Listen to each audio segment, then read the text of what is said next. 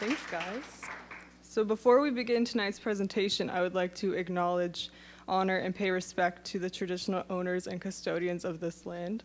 It is upon the ancestral lands of the Mi'kmaq that Mount Allison University is built. This territory is covered by the Treaties of Peace and Friendship, which Mi'kmaq and Wolastoq people have signed with the British, that first signed with the British Crown in 1725. As we share our knowledge, teaching, learning, and research practices within this university, may we also pay respect to the knowledge embedded forever within the indigenous custodianship of this country. Walalio Naga Wiliwan. So Ursula Johnson is a multidisciplinary Mi'kmaq artist based in Halifax, Nova Scotia. Her work combines the Mi'kmaq tradition of basket weaving with sculpture, installation, and performance art. In all its manifestations, her work operates as a didactic intervention, seeking to both confront and educate her viewers about issues of identity, colonial history, tradition, and cultural practice. So without further ado, I would like to welcome Ursula Johnson to Mount Allison University. Good Emma.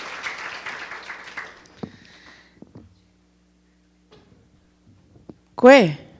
Te wiri wich muni aji jesi soni le ni na mi ma wich kwe mami ngam del wisik unamagi. Nik ma habuk chija bohad lana. My name is Ursula Johnson. They call me Little Bear. I'm from the Mi'kmaq First Nation from Eskasoni, the traditional district of Unamagi, otherwise known as the Land of Fog or Cape Breton Island. And my clans are the clans of the Wood Spirits and clans of the Mice. So now that the formalities are out of the way, we can have a little bit of fun. I'd like to thank Mount Allison and also the Visiting Artist Program and the Handmade Assembly and the Owens Art Gallery and all of your sponsors. I don't know who your sponsors are, but I'm sure there's several. And just to acknowledge all of the hard work that people have done in order to kind of, get everything figured out and very graciously and generously have me here. And thank you to all of you guys for coming out tonight. It's the beginning of the week and you're here hanging out with me. Pretty cool. Thank you. And also a very big thank you to my wife and the love of my life, Angela Parsons, who I would not be able to do any of this stuff without her support. Malalin. She always says, don't single me out. So I'm just getting over a bit of a cold. I've been kind of road running a little bit, and my voice is a little bit raspy. Also, you guys may know, but in Halifax, we just had our Nocturne Art at Night Festival, and I sang from 9 until 10 for an hour, which didn't help my raspy voice very much. So I'm kind of a little bit raspy, and I'm not going to be singing tonight. So when I was first invited to come here as a visiting artist, I had imagined that it would be kind of more along the lines of seeing what everybody here is doing, and I'm always very excited and interested in that. And then when the discussion happened in regards to giving a talk here at the Owens Gallery, I thought, wow, that's really awesome. I'm totally down with that. That sounds great. This is my first time here. I'm really kind of embarrassed to say that, but I'm really looking forward to when the gallery's open so that I can have a little peruse around and see what all of this magic is that's here that I have embedded in my mind and my memory from documentation of different shows and art catalogs and videos and everything. There's a lot of history that's here that I'm really interested to learn about while I'm here for this next week. And then taking part in the Handmade Assembly, I'm really excited about as well. I think there's going to be a lot of really great conversations that are going to be taking place. And as Adriana had mentioned, I'm going to be doing a workshop. And the workshop is going to be nothing to do with anything being made by your hands. Kind of. So I guess when I was looking through all of the other different workshops that are here for the handmade assembly, and I thought, wow, everyone's going to be making, like physically making something, and here I am designing this workshop that's totally like conceptually based and has nothing to do with actually constructing things with your hands, but more using your body as a vehicle for intervention with some of the ideas in your minds, and looking at how we kind of engage with each other, not only as like person to person, but as an activator and people being activated, or interventions, whether they be political or legislative or whatever you want to think of, all of these different ways that I work in my own artistic practice. I thought it would be interesting for me to be able to visit it a little bit and see if there's any types of methodologies or techniques that I may have been utilizing. I just had a very brief chat here with Emma on the sidelines, and I was asking about if she came to Rita's talk, because I really wished I could have come up for Rita's talk. But I missed it because I was at an event in Halifax at the exact same moment I was thinking about Rita. Rita is a mentor of mine at NSCAD. In fact, I stayed for an entire semester after I had graduated just to have the opportunity to work with Rita. So I stayed to do studio practice with Rita. Part of the reason I stayed at NSCAD for the extra semester, specifically with Rita, was because I was having like a panic attack as a student. I was like, what is my practice? What is my art? What do I do? What am I trying to say? What are all these different things that, you know, I've learned at this school? And I went to Rita and I had conversations with her because I'm a very big fan of her work and her processes of working. And I asked her, I said, Rita, can I please do a studio with you? And she said, well, aren't you done? I said, I am, but I want to come back for a semester to do studio with you because I feel like I really need to figure out like who I am before I leave this institution. And so she took me on. Well, I had to line up. She said, okay. She said, this is what you have to do. She said, I only take a certain amount of students for a studio. She said, when that door opens at 9 o'clock, be the very first in line to come and be the first person at my table to put your name on my list. She said, because if you're late, you're not going to get on my list. And I was like, okay. So I got up early. I waited in line. I was the first person there. And people were like, oh, you're here early. I'm like, yeah, I need to get on Rita's list. So the door opens, and the faculty goes in there, and Rita's laughing, looking at me, because I'm the first student that's there before the faculty has even gone in to sit down to take their seats. And she was like, I guess you really want to work with me. I said, yes, I do. So I was very ecstatic when I had the opportunity to work with Rita. And she taught me something that was very poignant and it has resonated with me ever since leaving that school. I graduated in 2006, so that would be, this spring would be 10 years now that I've graduated. Maybe we do a 10-year reunion or something at NSCAD. I don't know, that'd be cool. I didn't do my high school reunion, but I'd go to the NSCAD reunion. That's cool. So one thing that Rita had taught me that really kind of sticks with me is, she said, she reminded me that I came from a theater background because I studied theater before visual arts. She said, what happens on that set? I said, what do you mean, Rita? She said, all of the things that are on that set. I said, like all the props and everything? She said, everything, all of it. The lighting, the props, the players, the design, the music, everything that goes in there. Why is it there? I said, because it's been integrated into, you know, the entire scene. You're trying to illustrate a story. And she said, so why wouldn't you do the same thing for visual arts? She said, for performance art. She said, because if you're going to do something, she said, take, for instance, this thing. She said, where you want to tear up all of these papers and shred them up for your grad show. She said, what if you went in there and you had a hand blender, like a KitchenAid blender, with the 2 little spindles on it, and you mixed it? She said, what are you doing? I said, well, I'm mixing it. She said, but what are you referencing? She said, you're referencing domestic labor, woman's product, kitchen, consumer culture, this period in the 50s where it was all these objects were coming into our realm that we were going to use to interact with our food. She said, what if you went in there and you had a big man's power drill, she said, with a big mixer in there, and then you mix it. She said, you're still mixing it. She said, but what are you saying? She said, then you're talking about this masculine tool. And she said, but then what if you came in there and you started squishing it with your hands? She said, what are you saying? What if you squished it with your feet? What if you started chewing it and spitting it out? She said, it's all going to be the same product. It's going to be a mulch at the end. She said, but the way that you interact with those materials, the tools that you introduce, is going to carry a weight with it, and it's going to say something with every little element that's brought in.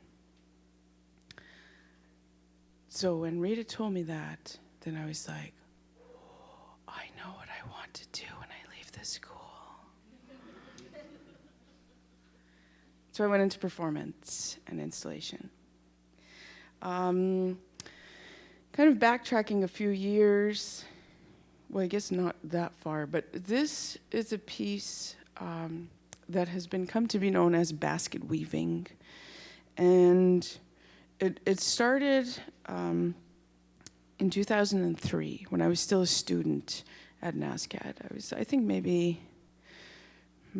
I think I was going into my third year, or maybe just finishing up my second year.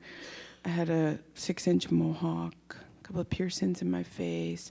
I was like, I'm gonna be this rock star student, and I'm gonna do something totally radical and crazy. And then I went to my great-grandmother, who's a basket weaver, and I said, I want to make a basket. And she was like, oh, great. I'm so excited that you want to make a basket. She said, you haven't made a basket since you were 9 years old. And I said, yeah. I said, I want to make a basket. She said, what are you going to make? She said, you want to make like a sewing basket? Do you want to make a baby cradle, like a comb basket? What do you want to make? I was like, no, I'm going to weave the basket around me. And she looks at me, she's like, what? I said, I'm going to weave it around me. I said, I'm going to be inside the basket. She said, you're going to make a basket that big? I said, yeah, I'm going to make it that big. I'm going to be inside the basket. I said, I'm going to weave it around me, and then I'm going to break out of it. And then she was like, okay. I said, if that's okay with you. I said, I don't want to break any protocol or rules or anything. I said, are you okay with me doing this? I said, I guess I'm basically asking for permission. Can I do this? And she's like, yeah, I'm okay with it. You could do it. She said, I really don't care how you want to make baskets. She said, I'm just happy that you're going to make baskets. So, in 2003, at an Indigenous arts showcase at Dalhousie called Nations in a Circle, I was invited to be the young, emerging Indigenous artists. And there I had Doze, Christmas, Alan Syllaboy, Jerry Evans, all like these amazing people that I've looked up to. Catherine Martin. I was like, whoa, these are like the big shots. And here I am, this little punk who's still a student trying to make a basket around myself. So I started making the basket. I had no idea what I was doing. I hadn't made a basket since I was 9 years old. I started weaving it, and it was falling apart, and every time I put something in, it would rip off again, and it was too dry, and I was like, oh, right, I need water. I have to use water. So I'm using water, and I'm like dripping water all over the place, trying to weave them. First day, 6 hours, gone. No basket. I got 2 days left. Second day comes in. I'm like, I could do this. I start weaving it, putting it together. It's falling apart. And at about like 2 in the afternoon, and the showcase is done at like 4, I'm terrified. And I'm like, I'm not going to get this done. And I'm going to embarrass myself in front of all these people. I'm like, what am I going to do? And I looked up there, and in the mezzanine at the Dal Sculpture Courtyard, there was all these Maliseet women that were sitting up there, and they're looking down at me, and they're basically pointing and laughing. And I'm sitting there, and I basically just crumbled inside, and I was like, OMG. OMG, I can't believe that I'm making such a fool of myself. I have no idea what I'm doing. And I just thought I was going to do something really cool. But it turns out that it's like I'm, part of my language, making an ass of myself. So I very humbly climbed up the stairs to the mezzanine, and I went to these women and I said, "Can you please help me?" And they look at me and they said, "What are you doing?" I said, "I want to make a basket around myself." And they're like, "Why?" I said, "Because it's important." And they're like, "Why is it important that you make a basket around yourself?" I said, "Because." I said, "I'm going to this school." I said, "It's called NSCAD." And they're like, "Yeah, we know where that is." I said, "Anyways," I said, "at this school," I said, "every single class, I'm the only Native person." I said, "All my workshops, everything that I do," I said, "I feel so alone, so isolated. I've moved here from my reserve, moved to the city. I'm trying to find myself, and I don't know what the hell I'm doing." I said, "And I feel like I'm feeling alone." I said, "So I want to just hide in this basket and try to see if there's something that's going to come out of me." I said, "I just want to go into this little cocoon." And these women looked at me and they said, "Okay, sure, kid." They're like, "Let's go down there." So they went down. They looked at all my materials. They said, "First of all, this is swamp ash." They said, "This is really bad materials to be making baskets with, but we'll see what we can do." They said, "You need water, but you don't need buckets of water." They said, "You just need a little bit of water." And so they started taking me through all these steps. And they said, "The first part of a basket," they said, "is the foundation. If the foundation is strong enough, then you can move on." So they helped me make a really good foundation. And then we started building it. And it started coming a little bit up, kind of near my knees. And I was like, "Oh, this is cool. It's actually growing." So I'd step out of it, get more materials, soak them, weave it on again, get more materials, soak them, weave it on. I was having a great time. And then all of a sudden,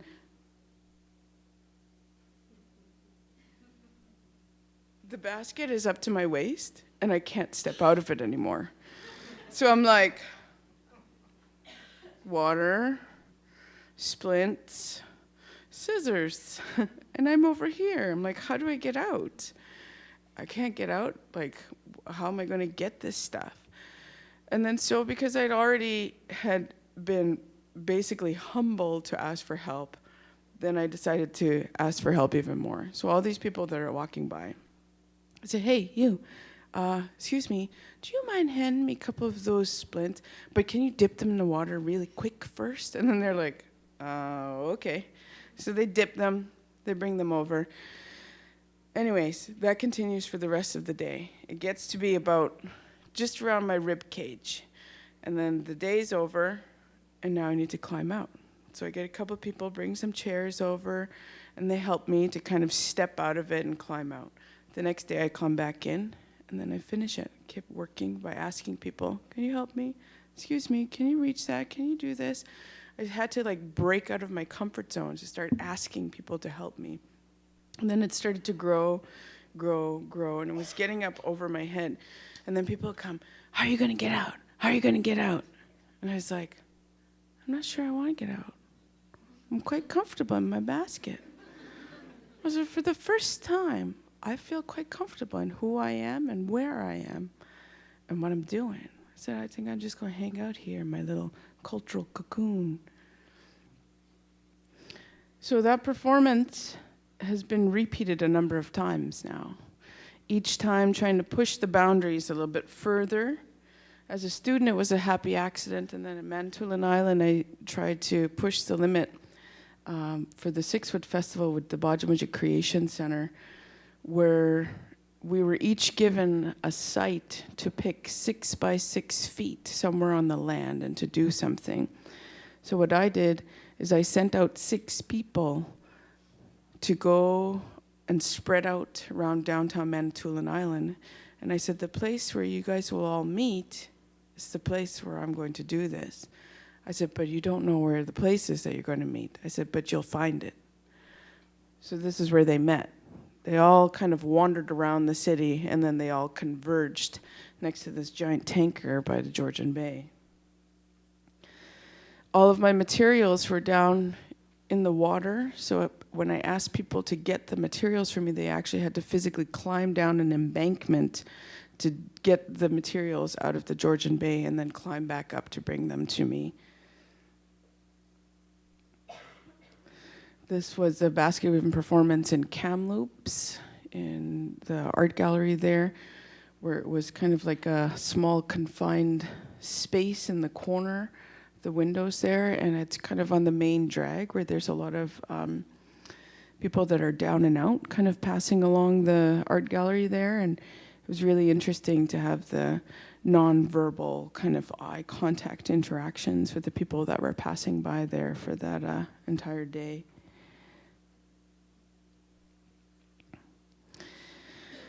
And then this one here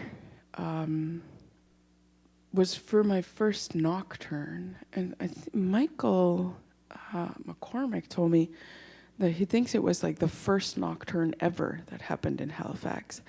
I can't remember if that was the first ever nocturne, because that was only in 2010, but maybe nocturne's not that old.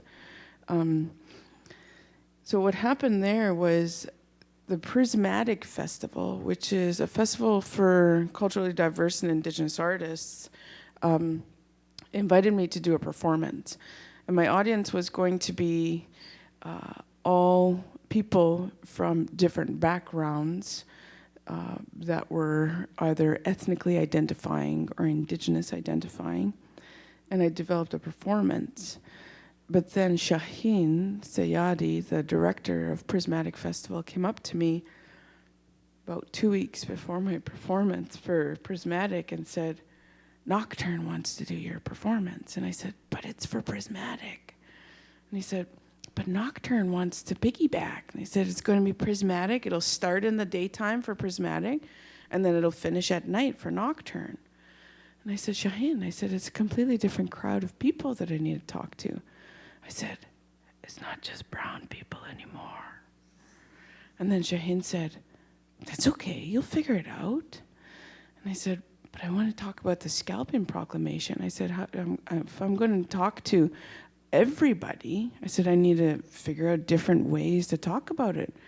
I said, because when you're talking about something to a marginalized group of people, there's a relativity that happens because you share in a similar experience of being on the outsides or suffering, colonial effects or legislated identities. I said, but if you're talking to the general public, I said, then you have to try to make a point so that everybody understands what you're saying and it doesn't become a us and them type of thing.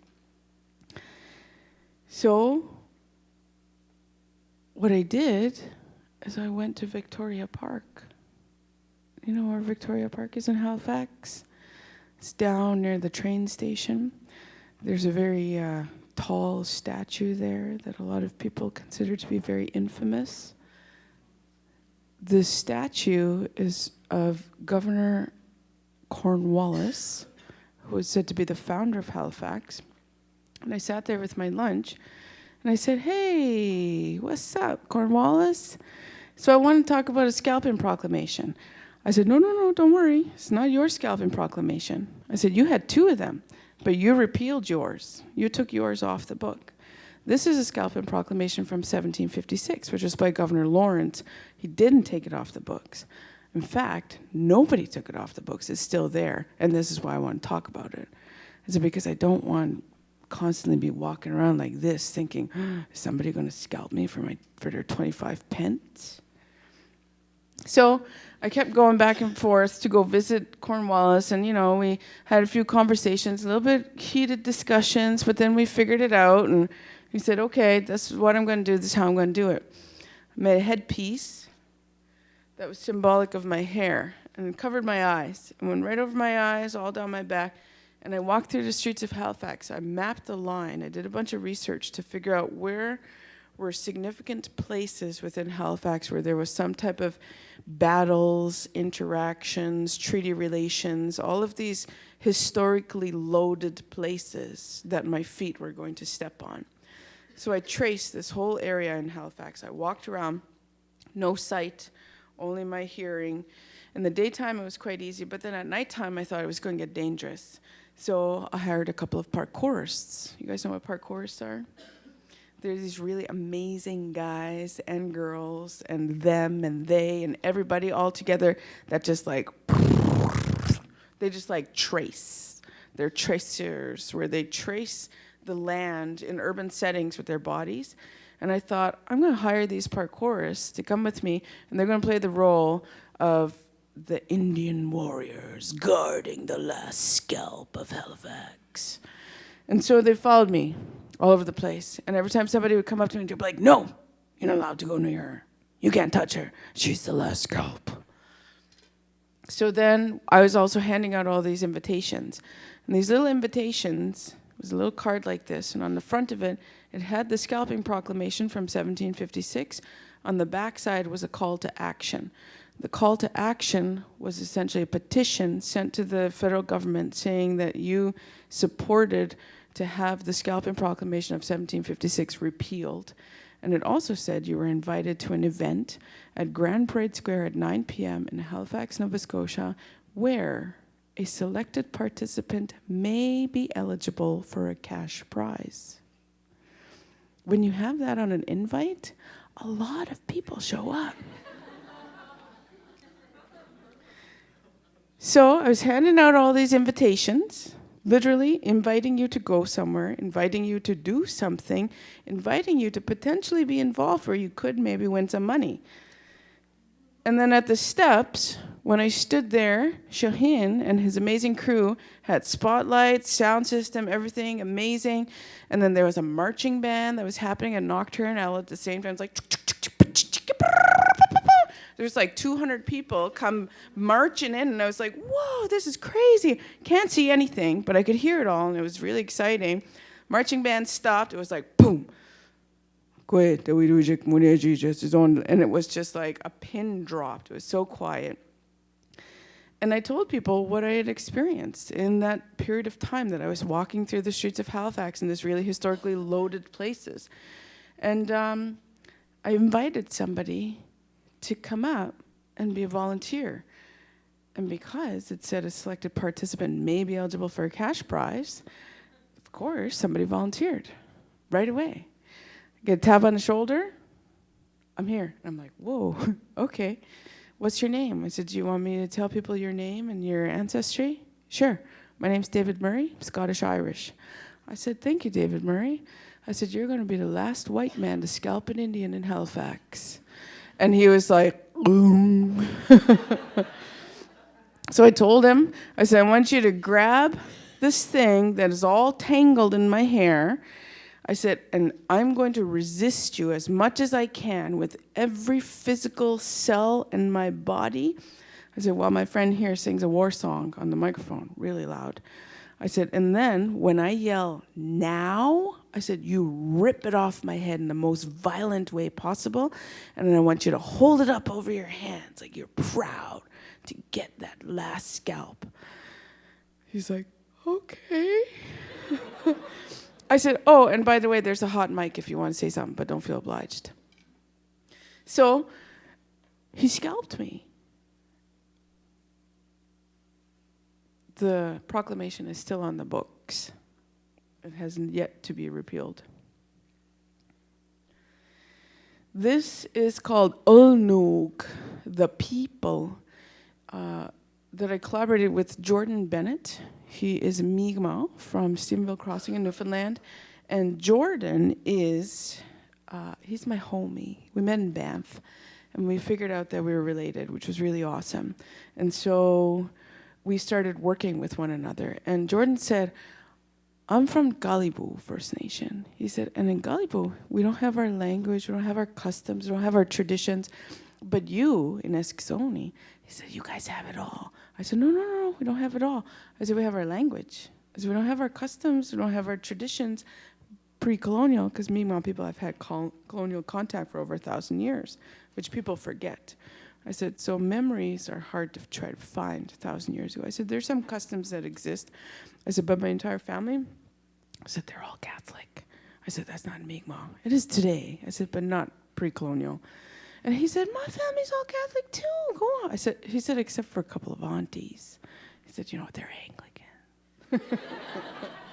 So Jordan and I are hanging out in Banff, and we start talking about these differences and similarities between us, and about us young Indigenous people who are trying to find our identities, trying to talk about legislated identity and all these different things, and stereotype perpetuation, and all kinds of really heavy topics. And then we said, why don't we do a performance? And Jordan's like, yeah, I'm down with performance. He said, I've done a couple. He said, but I've heard about you. He said, you're kind of crazy. He said, you really kind of push your body to the limits. He said, but I'm willing to try. He said, let's try it out.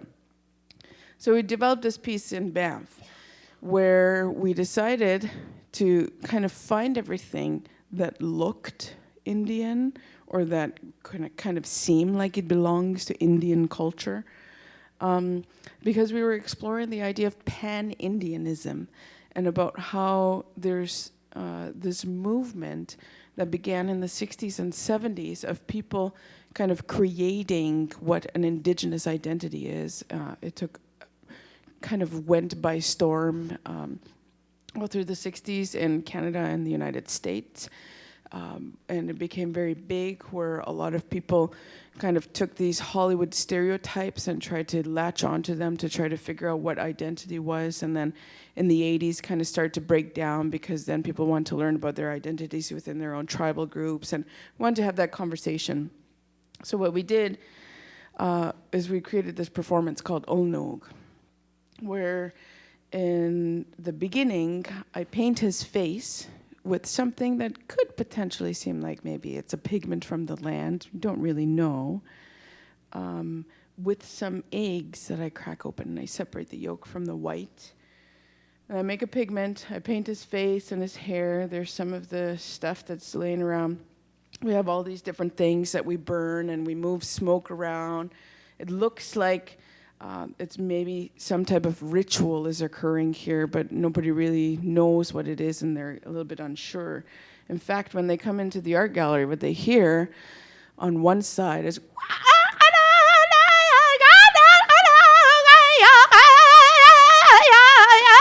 like big powwow music, speakers all over the place.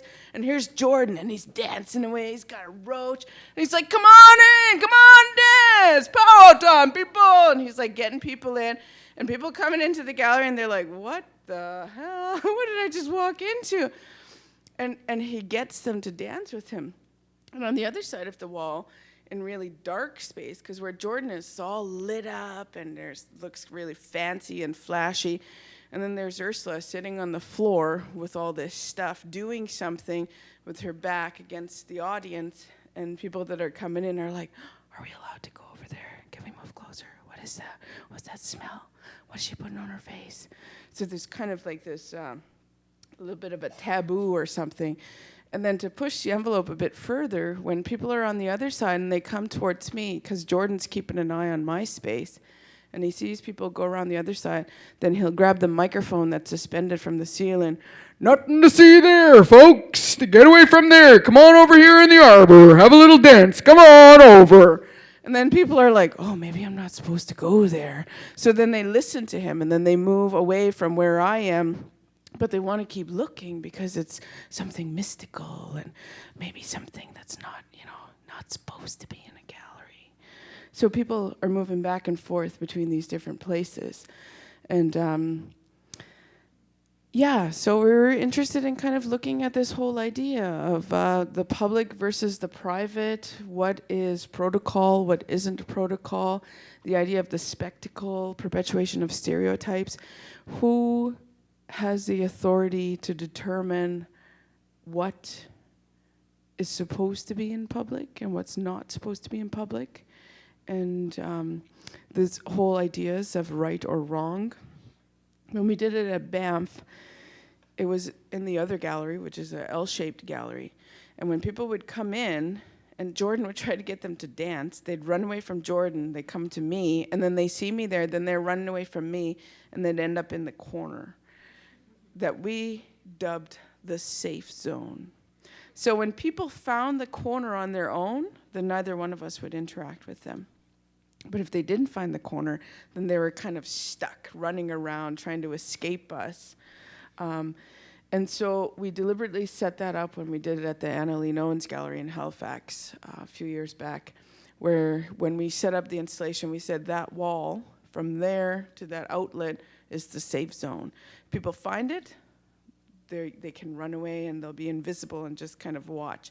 If they don't find it, then they're running away from us the entire time. And that was the first time that the whole idea of creating a safe zone within an installation, because I like to create things that kind of provoke people, maybe make them a little bit uncomfortable because it's uncomfortable subject matter. But I feel like if you don't provoke and try to create a little bit of that tension, then there's not going to be any resolution that's going to happen. And so kind of looking at that idea of the safe zone. And one thing that Jordan and I did when we were in Banff is that we wanted to do a debrief, because a lot of people were really upset when they came in to see this this installation, this performative-based installation. And because we were living with them for another 3 weeks in the mountains at the Banff Center, we're like, I think we better host a debrief. Just kind of get it all out and have the conversation.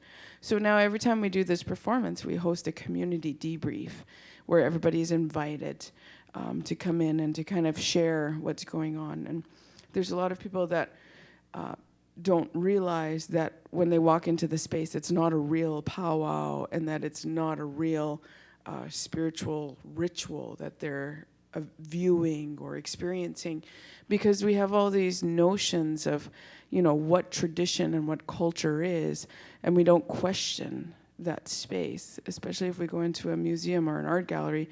We just come in, and what we see and we experience, we accept it to be truth. And we also have this thing where we like to pedestalize people from different cultures or different backgrounds. So if somebody comes in certain cultural clothing or regalia or different signifiers, then it's like, oh yeah, that's their history, that's their culture, that's their practice, that's what it is. And Jordan and I wanted to kind of push the envelope a bit on that conversation. And there's a lot of artists, Indigenous identifying artists and other ethnic artists as well that are working with that idea of, this display and trying to break down those stereotypes of, what is this that I'm coming to see here? And are you giving me history, or am I coming here to experience art? Because just because it's in an art gallery, it doesn't mean it's art. Sometimes it's history, sometimes it's ritual. But if you come to see me in the art gallery, it's going to be art.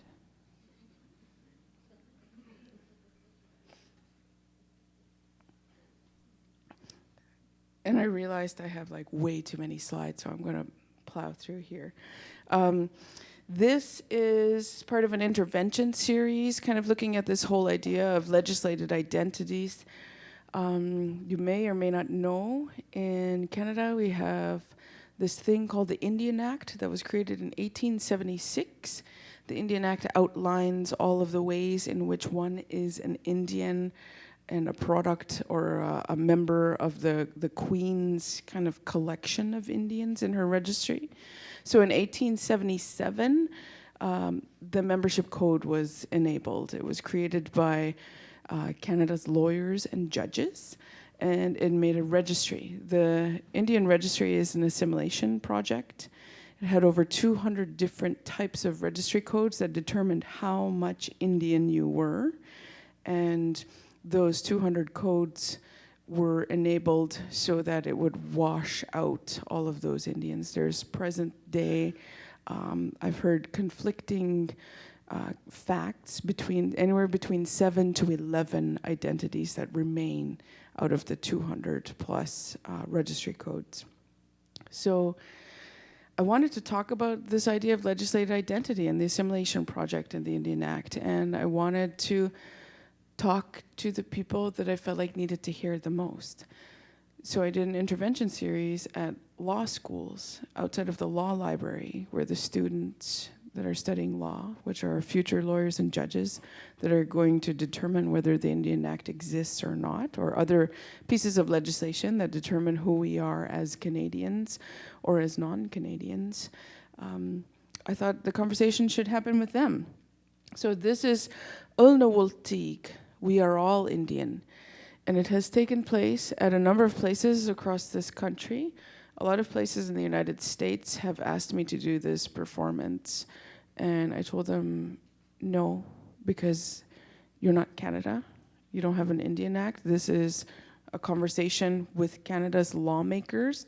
This is about treaty Indians in Canada. I said, it doesn't fit in the United States. I said, it's not just a show where you get to see somebody's head being wrapped up.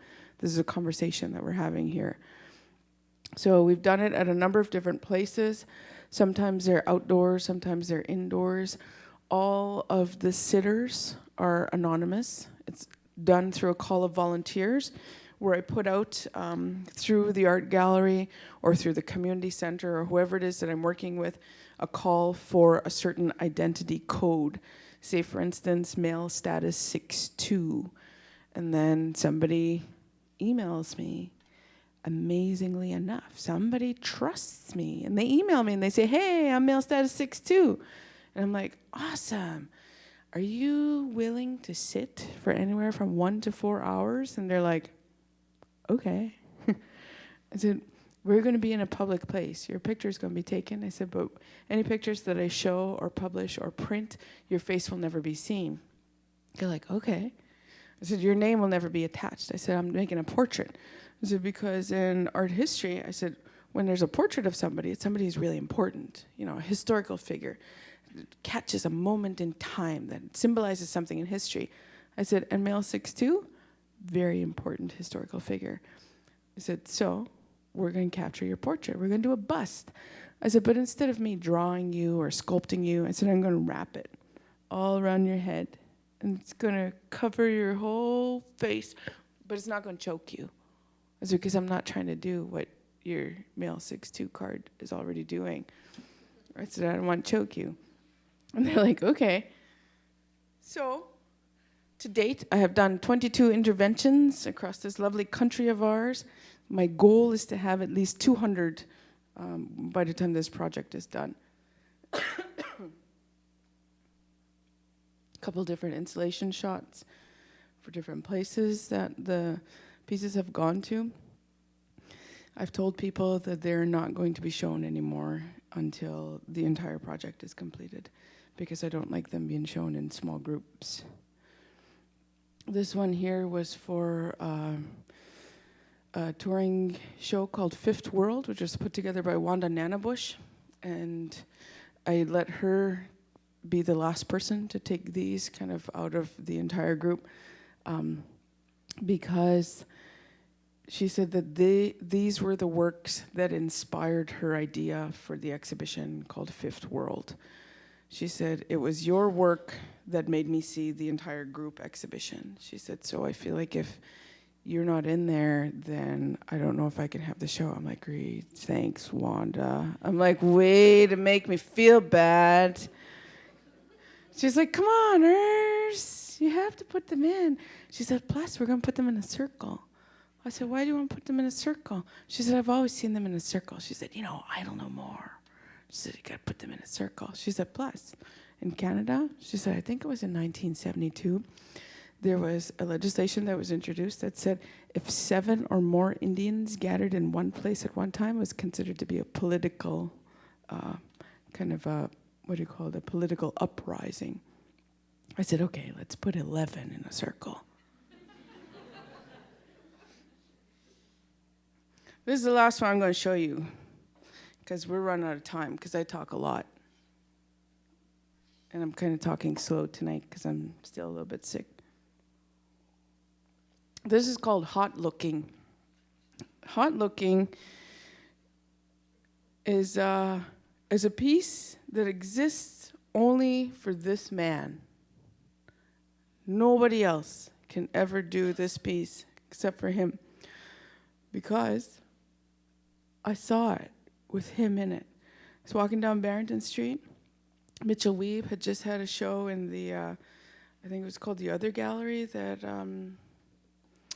that was down on, I can't remember now the name of the gallery, but it was a kind of a temporary gallery on Barrington Street, and Mitch had just had a show, and I saw the remnants of his performance in there, and I looked, and a car drove by. Go ahead and look at me, 'cause that's what I want. You know, the No Doubt song, Looking Hot. Take a good look, won't you please, 'cause that's what I want. You guys don't know that song? No? You know why you don't know that song? Because it was out on the radios for one day. The music video came out for one day. Was pulled off the internet. And No Doubt was backpedaling as fast as they could. And they said, no, that's not what we're trying to do. I swear, we're not trying to do that. We consulted with the Indigenous Studies Department of UCal, and we wanted to talk about cultural appropriation, perpetuation of stereotypes. No, you're getting it wrong. No. So they had a couple of interviews, and they were trying to bring forth this conversation they were trying to have. Looking Hot is a song by No Doubt. The music video you may have seen or may have heard out. Gwen Stefani is in this white, beautiful headdress as the Indian princess damsel in distress. Her bandmates are the cowboys and Indians fighting over Gwen Stefani. And they were like, ooh, crashed. And they had so much backlash from the indigenous and the non-indigenous community. You're not allowed to do this. And then Gwen Stefani and No Doubt shut it down, pulled it off the internet. No more radio play for that song. We're done. We're sorry. Hasta la vista. And then Jordan calls me. They pulled it off, Bye. I said, pulled what up? The video's gone. I can't even find it on the internet. It's nowheres. I said, Jordan, it's got to be somewheres. So we're trying to find it. I said, what do you think about all this? Oh, he said, I think it's just a bunch of bull crap. He said, I don't know why people want to do stuff like that. I said, no, Jordan. I said, listen to the words. I said, you listen to the words yet? I don't want to listen to the words of that song. I said, Jordan, listen to the words. He said, what? I said, let me say them. Go ahead and look at me, because that's what I want. Take a good look, won't you please, because that's what I want. I know you want to stare, you can't help it, and I don't care, because that's what I want. Take a good look, won't you please. Take a picture, please, because that's what I want. And he's like, oh, Ulnook. I said, yeah, because when we did that performance of Ulnook, how many people came through that gallery and said, can I take your picture? Can I take your picture? Because Jordan, standing there with a roach and a ribbon shirt on and his mucklucks and his breechcloth, everyone's like, can I take a picture? Can I take a picture? Can I just prove to people that I was standing by a real Indian? And then I said, Jordan, they're trying to say something. I said, but you know what? I said, No Doubt is a pop group. They're not allowed to have conversations about real stuff. I said, they just are meant to be consumed. I said, you can't just have a conversation about something. I said, and No Doubt is a pop group. I said, if they were an art performance group, they probably could have this conversation. They probably would have collaborated with other Indigenous artists. I said, you know what? I'm going to do something. I'm going to collaborate with No Doubt. And he's like, what? You're going to collaborate? I said, yeah, I'm going to collaborate with No Doubt. So walking down Barrington Street, I hear, take a good look, won't you please? The car passing by, and I look at Mitch's performance as left over, and I saw him. Beautiful man. This guy, his name is Beautiful Man, seriously. I saw a beautiful man in the window. He wasn't really there. It was more like what do you call it? What was it, like a premonition or an illusion? Apparition, that's the one. It was an apparition. And I thought, I'm going to do this project. And you know where it's going to be the perfect place to do it? At Nocturne. Because there's so many people that come through Nocturne. And Nocturne is about consumption. all art festivals are about consumption, especially these big nuit blanche, all these things, because you just got that much time to make your point. So I asked Beautiful Man, I said, hey, Beautiful Man, I have this idea. I said, but it'll only work with you. And he said, why? I said, because you're the person in the window. I said, it's you. I said, I need you up there in your clothes, your beautiful clothes with your beautiful face. I said, but you're going to be consumed for 6 hours. I said, can you do that? He said, I'll do it for you, Urs. I said, thank you, Beautiful Man. So I convinced him to go in the window. Jordan helps me, because I'm not very good at this technical stuff, to loop the little hook from No Doubt, because I'm collaborating with No Doubt. No Doubt doesn't know it yet, but I'm collaborating with No Doubt. And I know, legally, I'm allowed to sample a certain amount of work without getting in trouble, so I take the best part of their song, the catchiest part, the one that says, go ahead and take a picture, please, because that's what I want. I know you want to stare, you can't help it, and I don't care, because that's what I want. So I take that, and I loop it over and over and over for 6 hours. And Beautiful Man stands in the window, and people come up to the window, and they're staring at him, and they're taking their pictures, and they see him, and they're consuming him, and they're listening to the music, and it's like nightclub music, and then they hear the same thing over and over, go ahead and stare, because I don't care, because that's what I want. Take a picture, please, because that's what I want. And they just hear it over and over, and they're standing there with their phones, and they're like, am I doing what the speaker is telling me to do? And then I text Bert, it's time. And he's in there dancing in the windows, and then his phone rings. And the people that are standing there, they're like, what the hell? Why did he stop dancing for us? Oh, he's checking his phone.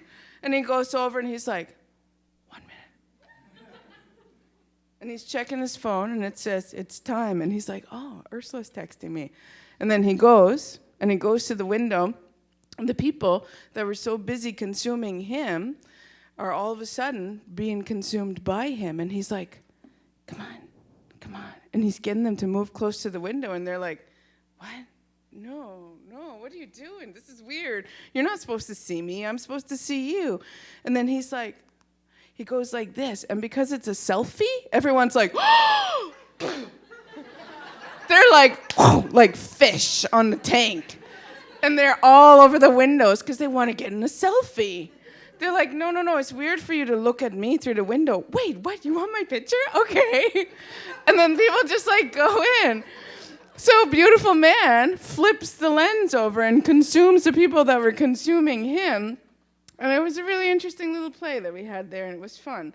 So we've done that at Nocturne, and then we did it again at Art in the Open PEI. Nuit Blanche at Winnipeg wants to do it. And Beautiful Man is from Winnipeg. He's like, I don't know if I could do Winnipeg. He's like, maybe we'll do Toronto and Vancouver first or something. He said, gotta work myself up to the hometown, So I have one more, but maybe I should stop there because I think I'm past. Do it? It's just 2 more slides. It's a quick one. Okay. This one here. I'm going to mess up the word because I don't speak Cree. Nikaman Oki Asiki. I think that's how you say it. Cheryl, if you see this on the internet and I said it wrong, I'm sorry. In my language, I can say that. This is my language. The land sings. The Land Sings is an ongoing series that I've been working on for a few years now. And it all kind of started, I had a bit of a life-changing experience when I went to Scotland a few years ago. Did you know that Scotland doesn't have any forests? There's no trees. Okay, there's some trees, but they're all planted trees. Perfectly planted in lines. You know how when you're driving through the Canadian Shield, Northern Ontario, and you can tell when it's a tree planting forest? all of the forests in Scotland are like that. Because there's nothing left. Because in the Bronze Age, they're busy making bronze. They needed fire. And so they took down every single tree. Nothing left. There's no animals. When I got to Scotland, I asked my cab driver, I said, so I like walking around in the woods. I said, what's my predator? And he laughed at me. He said, your predator? He said, your predator's a man in the UK. He said, we got no animals out here. Where are you from? He says. I said, Canada. Oh, you're Canadian. You got bears and everything out there, don't you? And I said, yeah, we got all kinds of stuff. He said, yeah, you got nothing. He said, oh, don't find yourself in a bullpen. I said, a bullpen? He said, yeah, cattle. And I was like, oh, okay, a bullpen, right? Of course. All kinds of bullpens in Nova Scotia, especially in Eskasoni. So I wandered around in Scotland, and I realized there was like no trees, no animals, like nothing, except for the memory of trauma that has been saturated into this land. And I started visiting the locals, and I asked them, I said, so all you have here is like sheep and cow. I said, but you guys must have like a lot of like really good like leather and wool and good meat. And they're like, nope, all of this is going to South America. And I said, what? South America? They said, yeah, this is American meat. He said, we homesteaded. He said, goes to South America, Venezuela, actually. In the little town that I was in, he said, goes to Venezuela, where it's butchered and cleaned up and packaged, and then it's sent to the United States, and they buy it in the United States. I said, you mean you guys don't have, like, this is not your Angus beef? They're like, no, that's America's Angus beef. They said, could be McDonald's, we don't know. I said, oh. I said, well, what about lamb? I said, what about all this wool? They're like, no. They said, all these animals here, they don't live past 2 years old. Every single animal in this field, as far as the eye can see, is just cow and sheep. And they don't live past 2 years old. They're all slaughtered. They don't use the hide. They don't use the fur. They don't use the fleece. Nothing. It's just meat for the industry to be shipped to the United States. It's pretty much everywhere in the UK. So I had a really intense experience there. And I started thinking about this idea of trauma on the land. I was working on a project called The Land Sings for the Antigonite Art Festival in Antigonish, and I worked with a Mi'kmaq songwriter from Botanic First Nation, and he wrote a song for me. I said, I want to claim the land. I said, but I want to claim it for stewardship, for responsibility of being a custodian of this land. Emma talked about in the beginning that we're honoring the custodians of this land. But us as humans, we forgot that we're custodians. We're only here to borrow it. We're just taking care of it. We forgot that. So I've been doing this project where we're singing to the land. We're basically begging like for an apology. We're saying, I'm so sorry, please forgive me that I've lost my responsibility, that I disrespect you so much, that I don't take care of you anymore.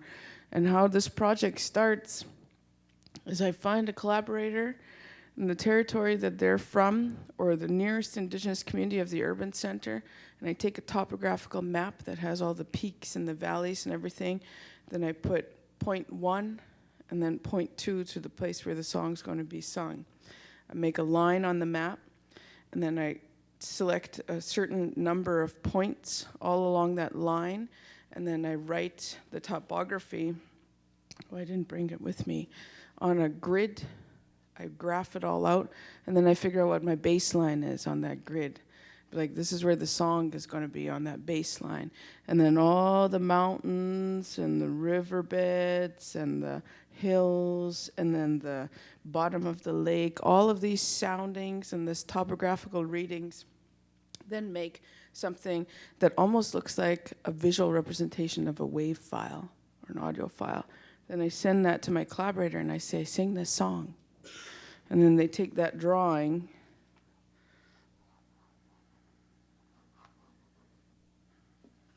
that kind of looks like that, and then they sing a song. They write a song in their language that says, I'm sorry for losing my responsibility. I'm sorry that I've let you go, and I'm willing to take care of you now.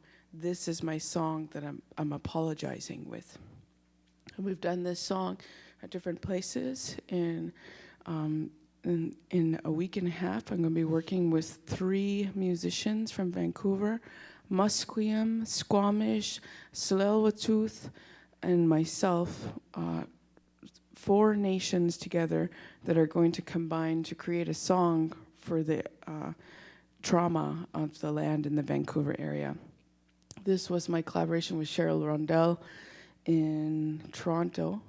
It was a part of the Fado Performance Art Festival at the Theatre Center. And one of the things that I like to do when we do this song is I want to do it like right on the land so that the land can hear us. But this was in the dead of winter in Toronto, downtown. So we couldn't do it right on the land. So what I did is I ran out and I said, I'm going to catch a video. I said, I'm just going to get some like real, just a little bit of like, footage of somewhere in Toronto. I said, I'm just going to go find. So I open up Google Maps and I'm like, oh, High Park. There's some little bit of nature. And then I hop on the subway station and I go to High Park. And then I got off at one entrance and I ran up the hill and I was like, no, not there. And I ran down that way and I ran down the other spot. And then I saw it and I was like, oh, there's my shot. I have this one birch seed that's hanging on the tree that's kind of fluttering in the wind. So I wanted that to be my image. So we were singing to that land there. And we sang for 3 hours and 15 minutes straight. A song that Cheryl wrote in Cree. And the Toronto audience sat for the entire thing. People came in the beginning and they just stayed right until the end. I've never had anyone sit through an entire durational performance. So I was kind of blown away, and Cheryl was blown away. She was like, Toronto doesn't usually do this. She's like, they come in for like half an hour and they're like, okay, they're doing the same thing over and over. Because we sing the same verse over and over and over. There's variations of it because there's different, I don't know, I'm not a musician, but kind of, I guess, like different scores. So there's, grief, there's recovery, there's celebration, and then there's what I can't remember the word that Cheryl used, but she said kind of like pushing, perpetuation.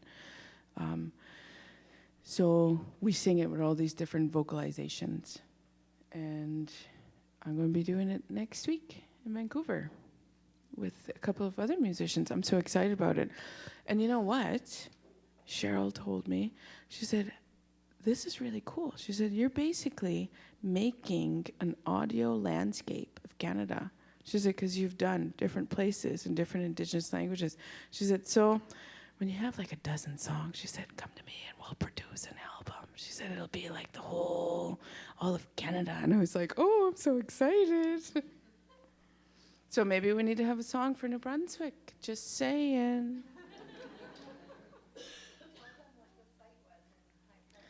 Oh, yeah, I was going to say that, and I forgot.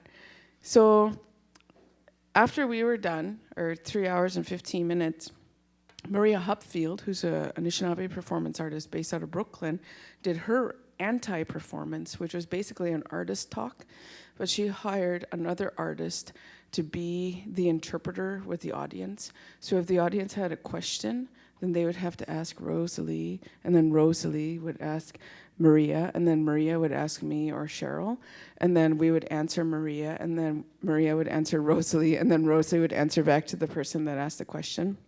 So it got really confusing very quickly. And then one person sitting up in the back said, is this the mounds? And then Rosalie's like, is this the mounds? And looked at Maria, and Maria's like to Cheryl, is this the mounds? And Cheryl looks at me, is this the mounds? And I'm like, what are the mounds? And she's like, what are the mounds?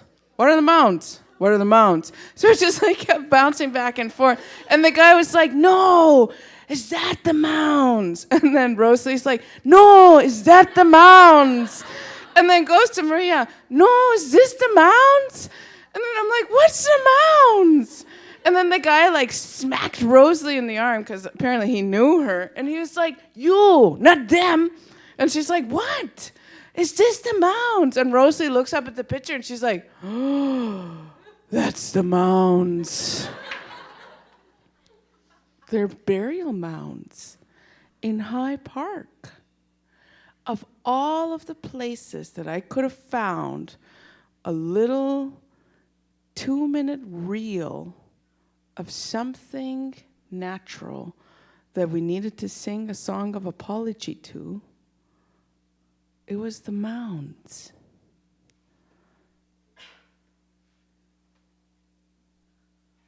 Creepy, eh? So I've gone way over time. Thank you guys for listening to me. I don't know if anybody has any questions or just wants to chat or have a little jam session or something. Or if you want to collaborate on a song or volunteer for a portrait or if you want to come to the workshop. I don't know. Anyways, we can have a chat. Thank you.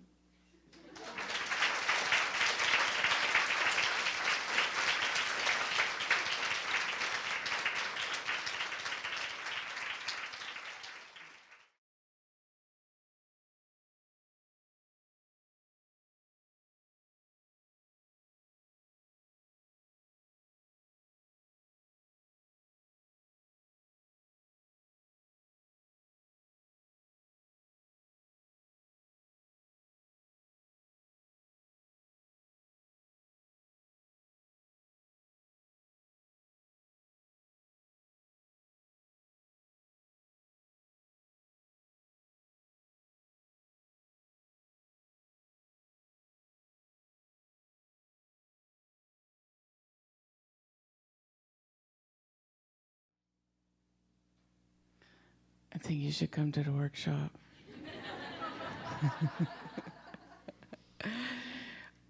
We could spend the entire 5 days talking about that.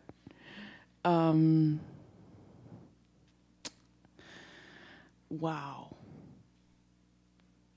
That is a question that I'm exploring too. And I think a lot of people are exploring it. And I think that's why there's this whole conversation around authorship. A lot of my current works are about exploring authorship. Who has the right to author something? This idea of, is it right or wrong to talk about something? And I think that there's something that's kind of like pop in my head from a conversation that I had a couple of weeks ago about how I said it's really important to know the rules before you can break them. If you don't know the rules, then you're just kind of going in ignorant or blind. And that's when a lot of things go wrong, such as no doubt, right? I think understanding protocol and not disrespecting protocol is very important. Having adequate consultation. There's a number of literature studies, the entire institutions are developed through non-Indigenous or non-ethnic eyes. And we're coming to a place now where the Indigenous voice or the ethnic voice or the othered voice, whatever you want to call it, is now being able to be a part of those conversations. And I think it's something that's very important. I think the field of anthropology is something that's really important, just like the field of art. I am always encouraging young Indigenous people to study sciences and social sciences because we need more Indigenous scientists. We need Indigenous lawmakers. I think that you're probably going to, because you seem like a pretty cool person. So you're probably going to have a lot of situations of like conflict and turmoil within yourself that you're going to try to have to figure stuff out, but you're not alone. And you just need to figure out who that peer group is that you're having the same conversations, because those are going to be the textbooks. Your conversations today that you have with your peers are going to be the textbooks, if there is textbooks, in like the next 50 years.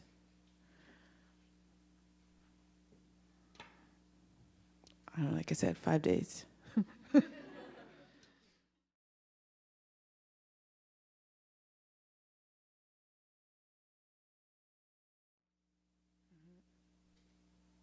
Yeah, thank you. I think it's very important to have those conversations, because if we don't create a safe environment to have those conversations, then we're not going to get anywhere. And I think that's, I don't know, there's like a whole, this like this kind of buzzword with like reconciliation coming out of the TRC. Everybody's like, what do I do now? We're supposed to be like reconciling. And a lot of the Indigenous people that I work with, Indigenous artists and scholars and everything, we're all kind of at the same mindset of like, well, how can we reconcile when there was never any conciliation in the first place? Like, you reconcile after there had been conciliation and a disagreement.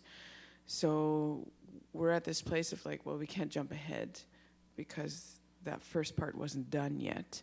And so I think it's really important for us to kind of just to be able to have that first conversation and that disagreement. And then once we've had that conversation, that disagreement, and we've come to a place where we can agree to disagree and feel safe about sharing our perspectives with each other in a non-judgmental way.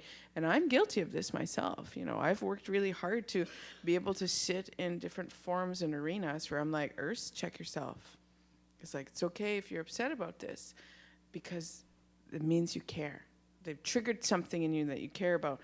And that's what I do in my work. I trigger people because it's something I care about, and I want to make them upset, and I want to provoke them. So I've come to a place of like, it's okay if I'm provoked, because now we're getting to a place where we can talk about something. And I think it's really important, especially in our learning institutions like this, that we create those spaces in our classrooms, in our study groups, in our lunchrooms, wherever it is, to be able to have those conversations. I'm stepping off my soapbox now. We'll call it keeping it real.